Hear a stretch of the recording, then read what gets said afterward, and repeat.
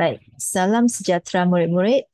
Hari ini kita akan lihat topik yang ke-14 tak silap cikgu, iaitu kesan darurat di negara kita. Kita dapat dua aspek kesan darurat, iaitu politik dan sosioekonomi.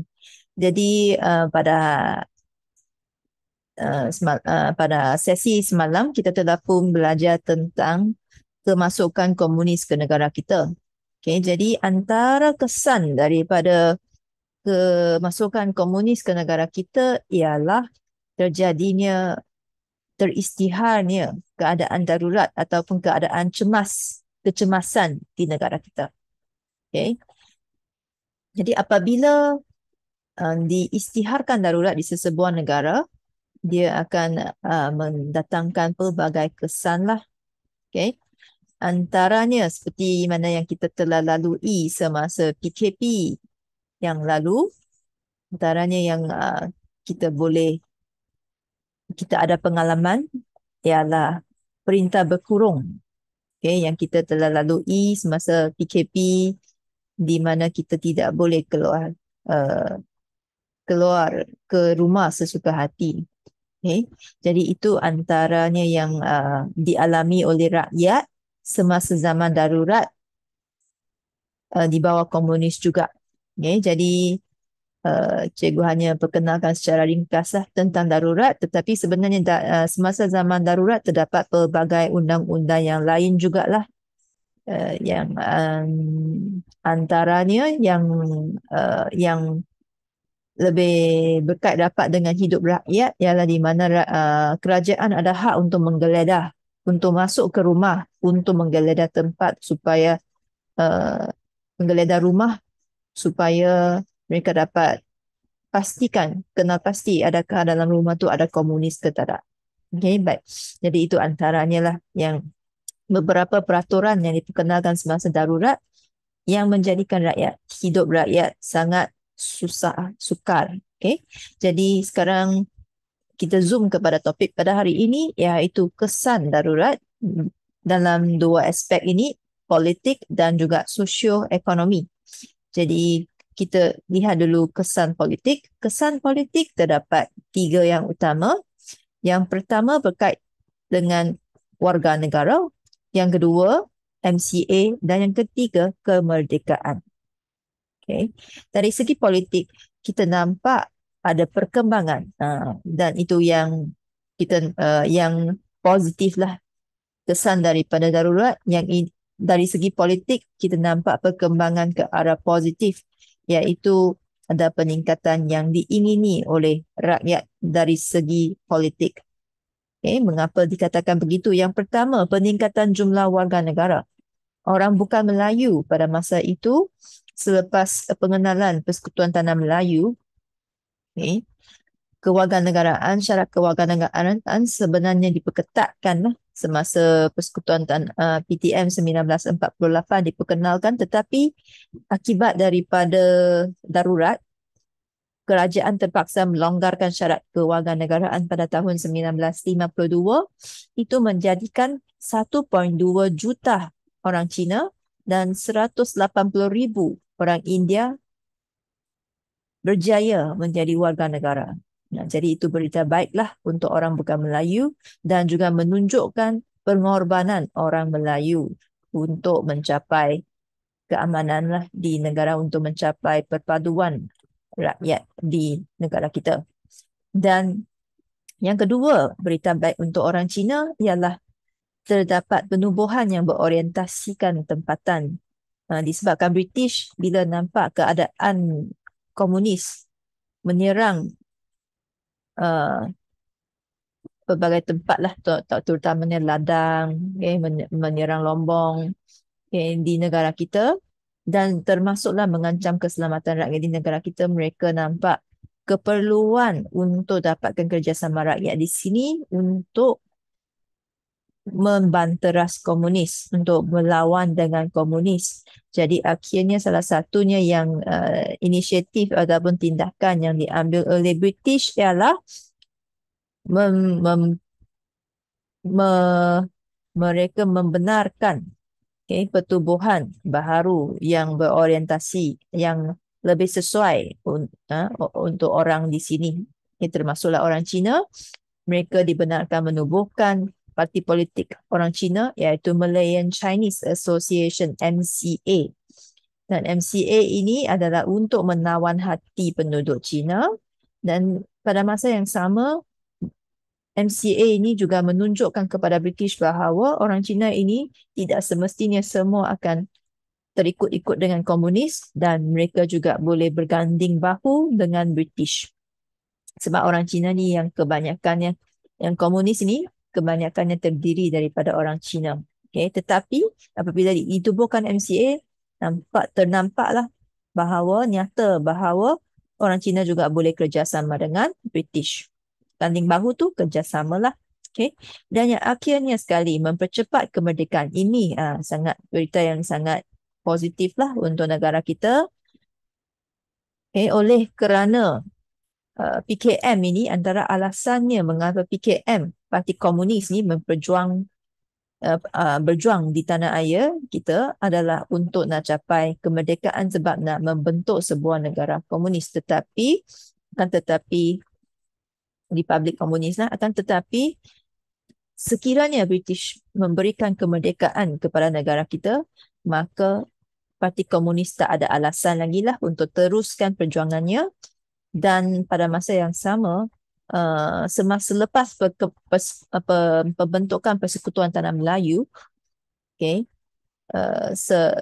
telah ditubuhkan CLC, iaitu Jawatan Kuasa Hubungan Antara Kaum, di mana menjadi satu tempat di mana pemimpin tempatan yang pelbagai kaum ini bersedar bahawa sebenarnya mereka boleh berkongsi kepentingan dan hala tuju yang sama dengan membentuk contohnya parti perikatan, di mana ada kerjasama kaum dalam parti tersebut dengan gabungan UMNO orang Melayu, MCA orang Cina, MIC orang India.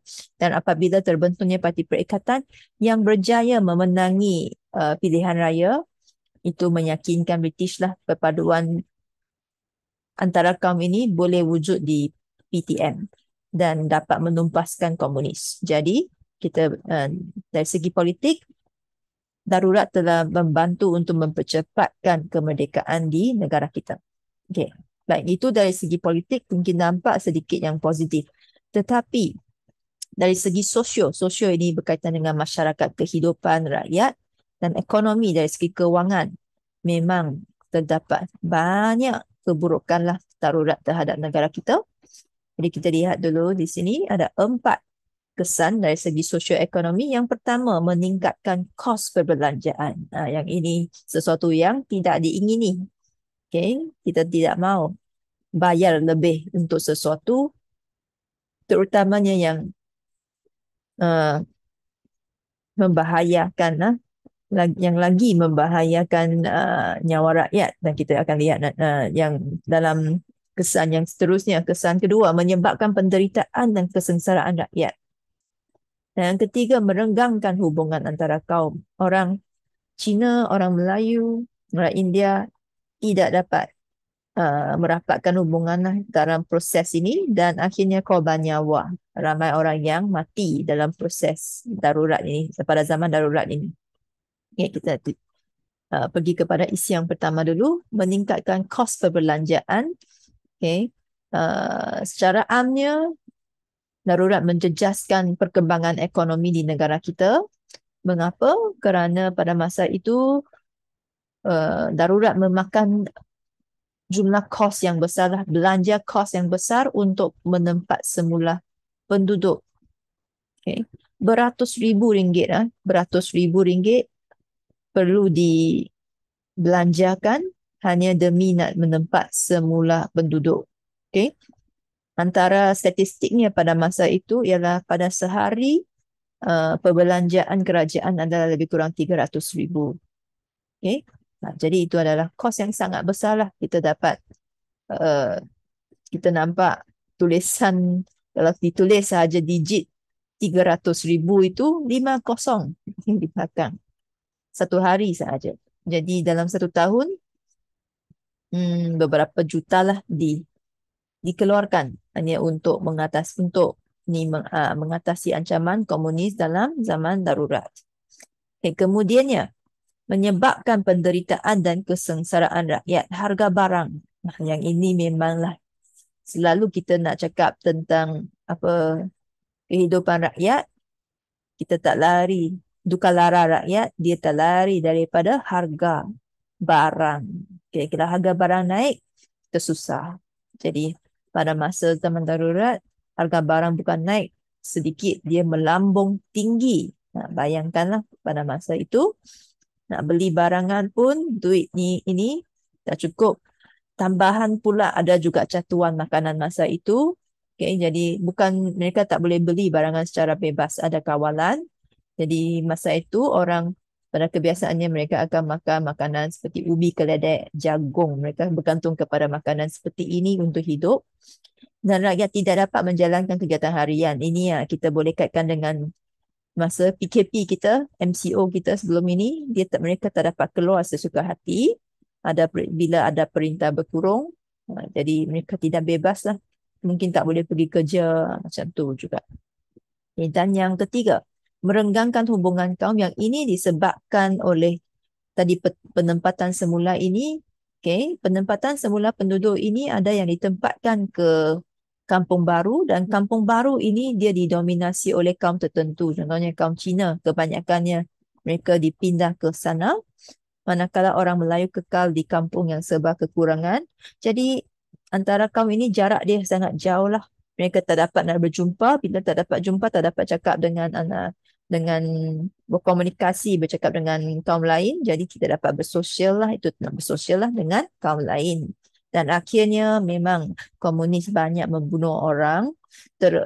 Bukan sahaja orang awam, polis, tentera pun banyak yang terkorban nyawanya. Hanya cikgu pilih salah satulah yang rasanya senang untuk kita ingat. Itu banyak orang awam terkorban. Orang ramai terkorbanlah dalam semasa zaman darurat. Baik, jadi itu sahaja secara ringkasnya tentang kesan darurat di negara kita. Sekarang kita pergi pula kepada latihan. Terangkan kesan darurat dari aspek politik. Yang ini yang positif. Dan ada 3 yang positif di sini. Jadi kita berikan kesan darurat dari aspek politik. Apa yang positif? Ialah jumlah warga negara meningkat. Kerana mengapa boleh meningkat? Kerajaan melonggarkan syarat kewarganegaraan. Kesannya berapa? Kalau boleh ingat 1.2 juta. Betul ke juta? Nanti ingat silap lah. Nanti saya cikgu cek balik. 1.2 juta orang Cina dan ini memang susah lah. Jadi kalau tak dapat ingat ni, mungkin murid-murid boleh tulis ramai. Ya, betul 1.2 juta. 180,000 orang India menjadi warga negara. Selain itu, 3 markah dah di sini. Warga negara meningkat, melonggarkan syarat kewarganegaraan. 1.2 juta orang Cina dan 180,000 orang India menjadi warga negara. Selain itu, kesan yang kedua, kita cuba ingatkan kembali apa lagi dari segi politik yang berlaku. Penubuhan MCA untuk menawan hati orang Cina. Kesannya orang Cina berganding bahu dengan British. Kita bekerjasama pun boleh dengan British. Jadi di sini 3 markah lagi. Penubuhan MCA 1 markah, menawan hati orang Cina 1 markah, orang Cina berganding bahu dengan British 1 lagi markah. Akhir sekali, apa lagi? Mempercepat kemerdekaan.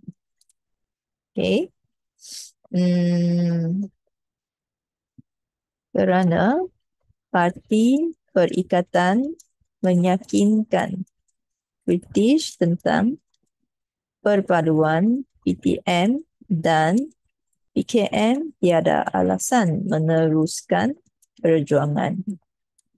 Ya, habis. Okay.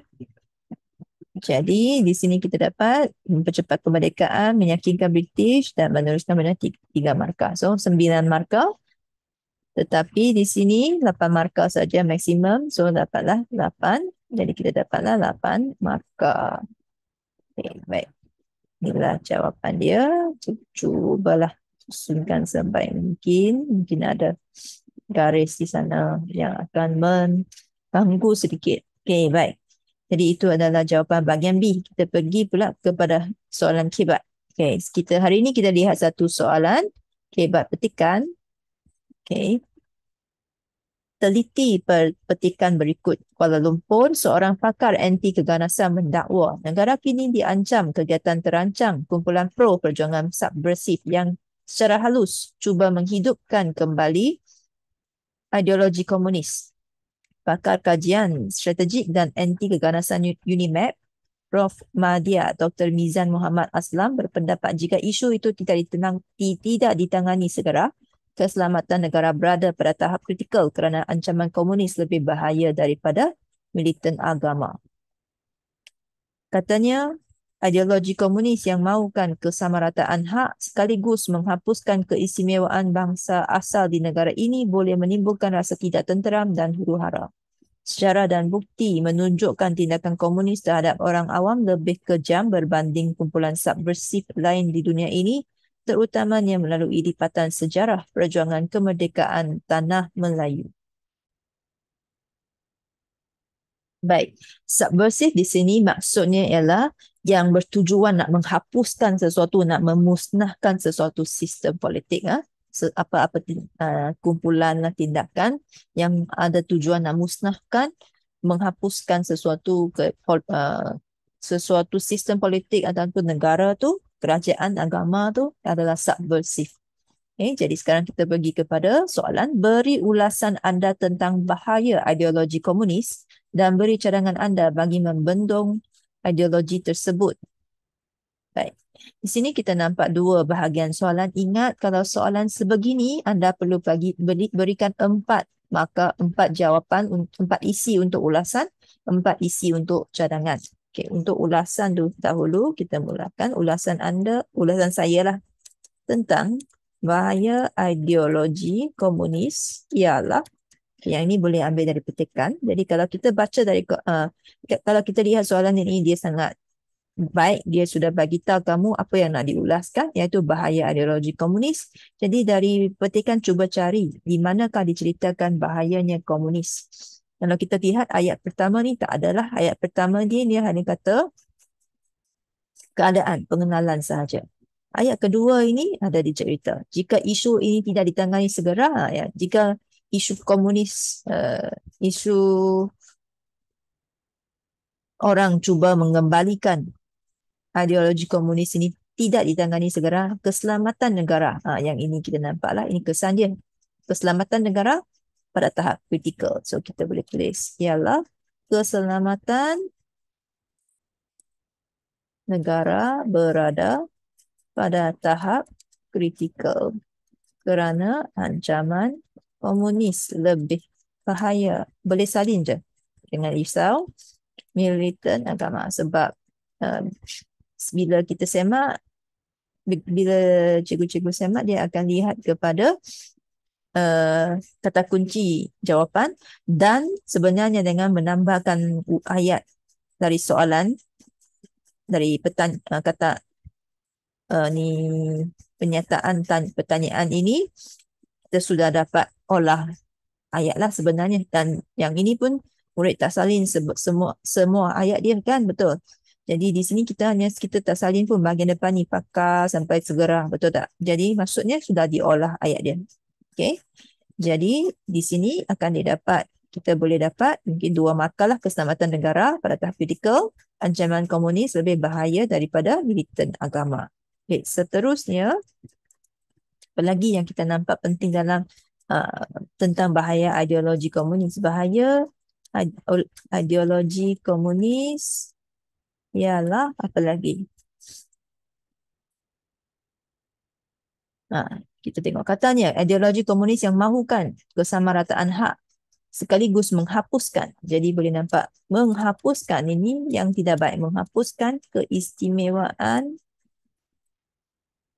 bangsa asal di negara ini dan boleh menimbulkan rasa tidak tenteram dan huru-hara. Di sini sudah 4 markah. Tetapi kalau kita rasa ragu-ragu dan memang kalau tak ragu-ragu pun cikgu akan sarankan salin sahaja semua isi yang kamu rasa berkemungkinan. Jangan hanya kira 4 dah. Boleh henti ya. Dan sebab kadang-kadang jawapan dia, contohnya tadi cikgu kata sini ada 2 markah, mungkin dalam skema dia hanya bagi 1 markah. Itu memang terkurang kepada skema dan nasib kita lah. Jadi jangan kedekut, lebih baik kita tulis lebih banyak untuk menjamin kita dapat markah tersebut. Tulis, jangan tak tulis. Okey, jadi kita tambahlah. Selain itu, apa lagi yang kita nampak? Ada isi, sejarah dan bukti menunjukkan tindakan komunis orang awam lebih kejam. Baik. Bahaya, itu bahayalah dia kejam kan? Bahaya ideologi komunis ialah komunis.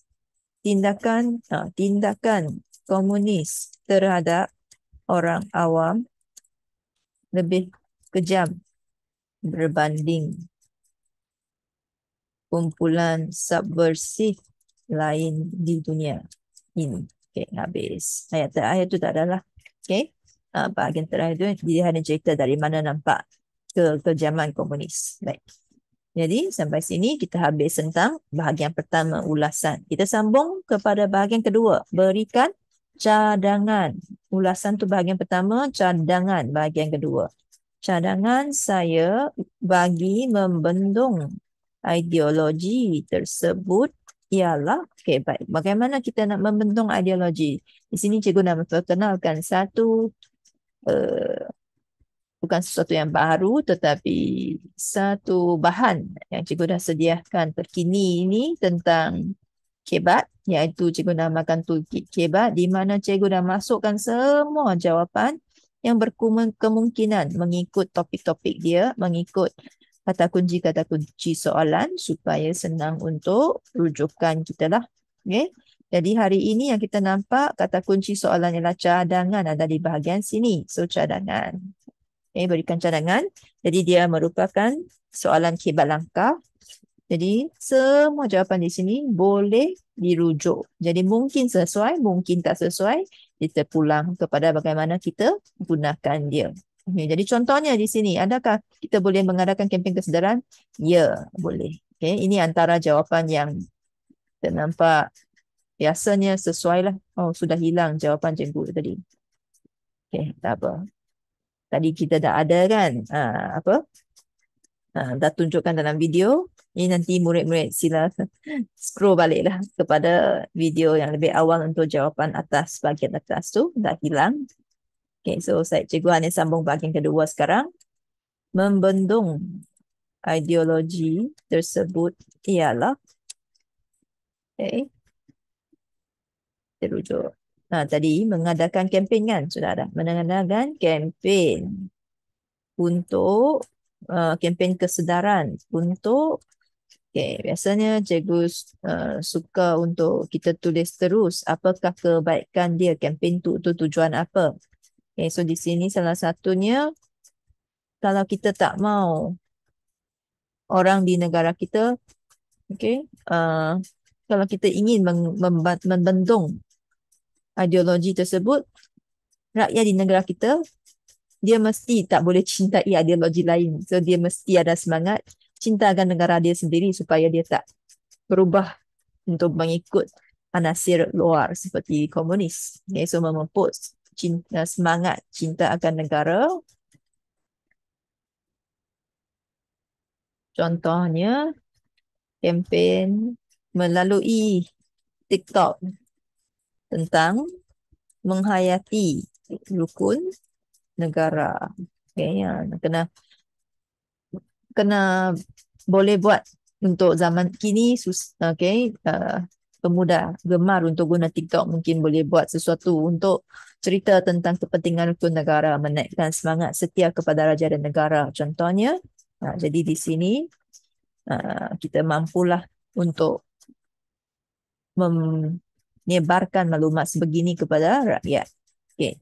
Selain itu, di sini sudah 4 markah sebenarnya. 1 markah semangat cinta akan negara, 1 markah mengarangkan kempen, 1 markah kempen melalui TikTok, 1 markah menghayati rukun negara. Tetapi untuk selamat, kita lihat lagi lah, ada lagi isian mana yang mungkin sesuai, kita juga boleh tuliskan.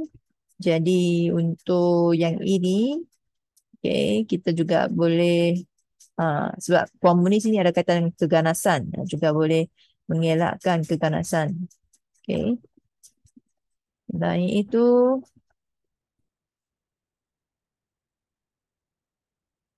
memupuk menyebarkan maklumat tentang kepentingan mengelakkan keganasan. Okay. Jadi kita kena murnikanlah sebenarnya di sini. Sekejap, di token ini cikgu ada tulis menyebar maklumat. Okay. Kita boleh gabungkan mana yang sesuai, bersesuaian. Kita boleh sebarkan maklumat kepada orang ramai. Sangat penting untuk kita elak keganasan. Mengapa? Demi menjaga keamanan negara. Contohnya, okay, habis. Di sini pasti dapat markah penuh dah lah. Okay, ini sudah terlebih, mungkin 7 markah di sini. Dan sebab menyebar maklumat 1 markah, kepentingan mengelakkan keganasan, menjaga keamanan 3 markah. Jadi di sini 7, tadi 5, jadi sudah 12, tapi maksimum 8 markah di tangan. Okay, itulah cara dia kita jawab soalan sebegini. Baik, dengan itu sesi kita bertamat pada hari ini. Sekian, terima kasih.